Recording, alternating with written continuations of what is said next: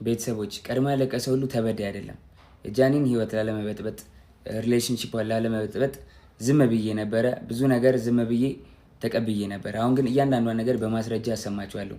ይሄ ጎንደር ሆና ደውላ ያወራችኝ ነው። ስሙትና ቀጥላለሁ።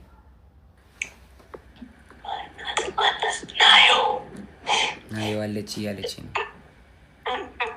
ራቁቷን ስለሆነች ቪዲዮ ላይ ቪዲዮን አላሳይም። በደምብ ስሙት።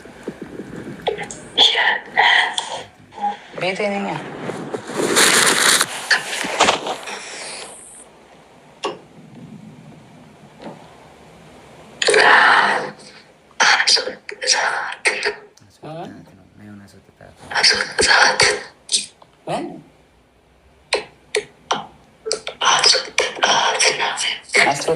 አይደለም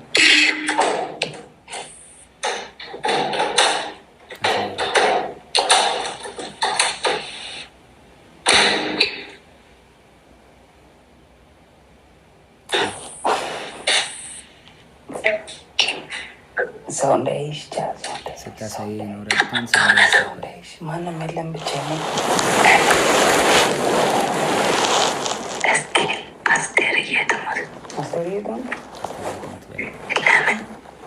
አሁን የገባሁት ሆስፒታል አይታይም።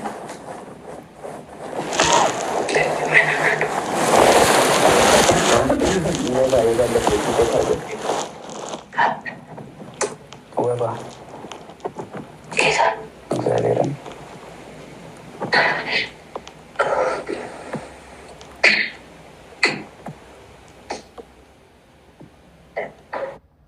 ስለረዘመ ቀጣዩን ፓርት ደግሞ ቀጣይ ቪዲዮ ላይ ያሳያችኋለሁ።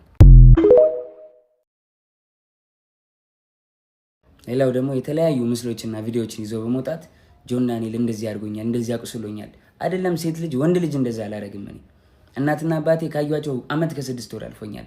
እናትና አባቴን ድጋሚ አያሳየኝ። እኔ እንደዛ አላረኳትኝ። 2 ሴት እህቶች አሉኝ። 2 ሴት እህቶቼን ሌላ ወንድ እንደዚህ ቢያረግብኝ ምን እንደማደርገው አውቃለሁ። በእህቶቼን እንዲደርስ የማልፈልገውን በሌላ ሴት ላይ አላረግም። አይደለም ሴት ወንድ አቁስዬ አላውቅም። ሜቢ ድሮ ተደባድቤ ሊሆን ይችላል እንጂ ካለ ወጥቶ ይክሰሰኝ። እንደዚህ ያደረኩት ሰው ካለ ወጥቶ ይክሰሰኝ። መረጃ ካለሽ ለምን አልከሰሽኝ? እንደዚህ አድርጌ ከሆነ ወይ ደግሞ አስፈራርቼ ይዤሽ ከሆነ 1 ዓመት ከ4 ወር በህግ ጥላ ስር ነበርኩኝ አይደለ? በህግ ጥላ ስር እያለሁ ማድረግ ትቺ ነበር ምንም ነገር አይደለ? አልነበረም። ግን እስር ቤት ሆኜ በጣም ትመላለሽ ነበረ። በጣም አመሰግናለሁ። በጣም ከናዮ ስትፈታ ብዙ ነገር ተፈጥሯል። ታውቂያለሽ፣ ብዙ ነገር ሀፕን አድርጓል። በቃ እኔ እዚህ ጋር ልጅ ስላለኝ መቀጠል ስለማንችል ሪሌሽንሺፓችን ቆመ።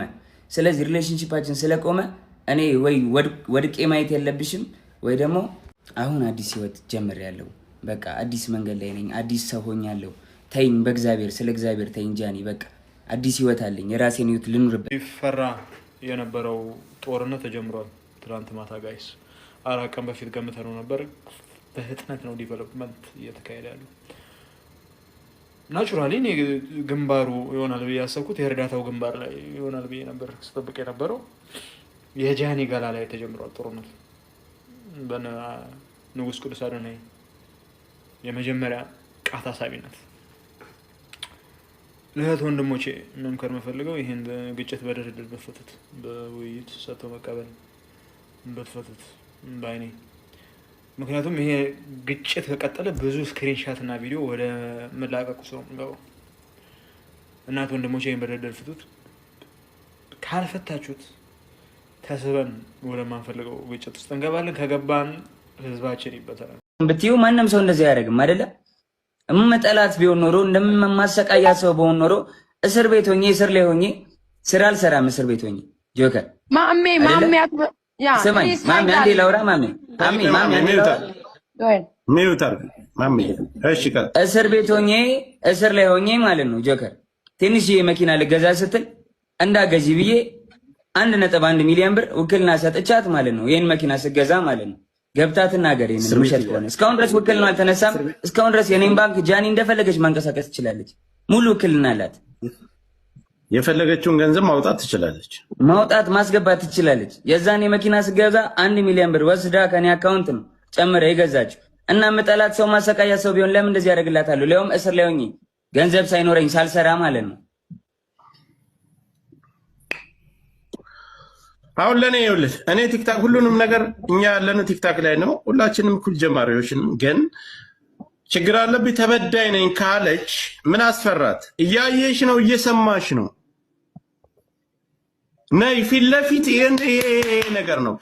100 ሺህ ኢትዮጵያውያን ቁጭ ብሎ እየተመለከተ ወይም አረብ አይደለም ወይም ነጭ አይደለም እየተመለከተኝ ያለው አማርኛ የሚሰማ ኢትዮጵያውያን ነው። ሁሉም የእናንተ ተከታይ ነው እያደመጠኝ ያለው።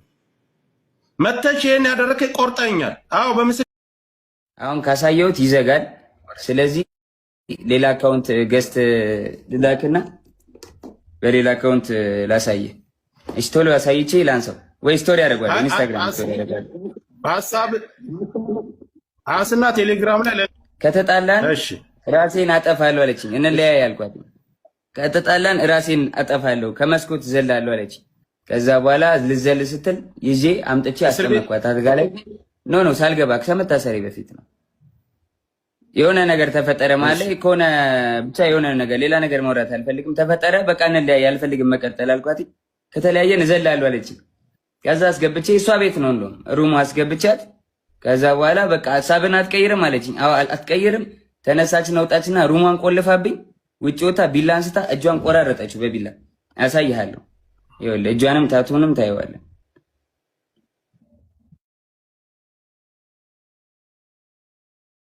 ይኸው አየዋ ታቱንም ይኸው አየው። እጇን በቢላ ቆራረጠችውና እሺ በቃ አጠፋሁት። እጇን በቢላ ቆራረጠችውና ማለት ነው። ከዛ በኋላ እንዴት ልውጣ በር ቆልፋብኛለች። ብለምናት ባለቅስ ምን ብል በቃ እንለያይም ጃኒ ብላት አልሰማም አለችኝ። ከዛ የላይኛው ፍሬንች እንትን ነው ፍሬንች ዶር ላይ ያለው መስታወት አለ አይደለ? ከበሩ ላይ መስታወት አለ። መስታወቱን በጫማ ወርውሬ ሰበርኩትና በመስታወቱ ተንጠልጥዬ እጄ ተቆራርጦ አውጥቻት ከቤት ወስጃት አሳክሚያት አሰፍቻት አምጥቼ አስተኛዋት። ይኸው ታቱን እዩት በደንብ ይኸው ስቶሪም ላይ ያደርገዋለሁ። ይኸው እናትና አባቴን አያሳየኝ። እኔ ይኸው ልጄን ድጋሚ አያሳየኝ። ልጄ ይሙት እግዚአብሔር ምስክሬ ነው። እራሷ ነች እንደዚህ ያደረገችው። ታቱ አለ እጇን እንግዲህ እኔ እንደዚህ ልቆራረጣት አልችልም በምንም ታምር። እያያችሁ ነው ራሳችሁን እንደመመረሽ ነው። ይኸው አልከፈትከውም ቪዲዮውን እጇ ተቆራርጦ አየዋ።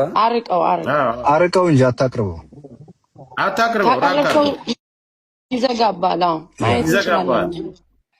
አይተናል። ጆን ዳንኤል የሚባለው ቲክታከር የህግ አማካሪ የለውም እንዴ?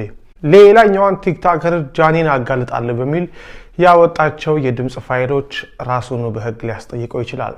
ዝርዝሩን በአጭሩ ላቀርብላችሁ። በቲክቶክ መድረክ ታዋቂ የሆኑት ስመኝ ገብሩ ወይም ጃኒና ጆን ዳንኤል እርስ በርስ ያቀረባቸው የቪዲዮ ምስክርነቶች በማህበራዊ ሚዲያ ከሚሰጠው ስሜታዊ ምላሽ ባለፈ የሀገሪቱን የወንጀል ህግና የኮምፒውተር ወንጀል አዋጅን የሚፈትኑ ጉዳዮችን ይዘው መጥተዋል ይላሉ የዛሀበሻ የህግ አማካሪ። ጉዳዩ በዋነኝነት በሶስት መሰረታዊ የህግ ነጥቦች ላይ ያጠነጥናል። አንደኛም የአካላዊ ጥቃት ክስና የማስረጃ ክብደት።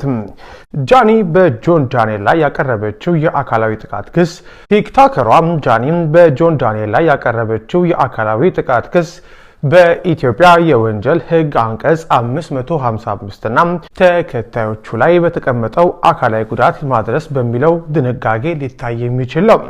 ጃኒ በማስረጃነት ምስሎችን ወይም ስክሪንሾት አቅርባለች። ሆኖም በህግ ረገድ እነዚህ ምስሎች በምን ሁኔታ መቼና በማን ተፈጸሙ በፎረንሲክ ምርመራ መረጋገጥ ይኖርባቸዋል። ጆን ዳንኤል ድርጊቱን በመካድ መረጃ ካለሽ ለምን አልከሰሽኝም የሚል ጥያቄ አቅርቧል። ይህም ተበዳዩም ጥቃቱ በደረሰበት ወቅት ለህግ አካል ያላመለከተች መሆኑን እንደ መከላከያ ሊጠቀምበት እንደሚችል ያሳያል።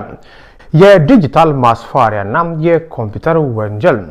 ጃኒ አካውንቴን አዘጋዋለሁ ከቲክቶክ አጠፋሻለሁ የሚል ማስፈራሪያ ይደርስብኝ ነበር ማለቷም በኢትዮጵያ የኮምፒውተር ወንጀል አዋጅ ቁጥር 958/2008 ስር የሚወድቅ ጉዳይ ነው።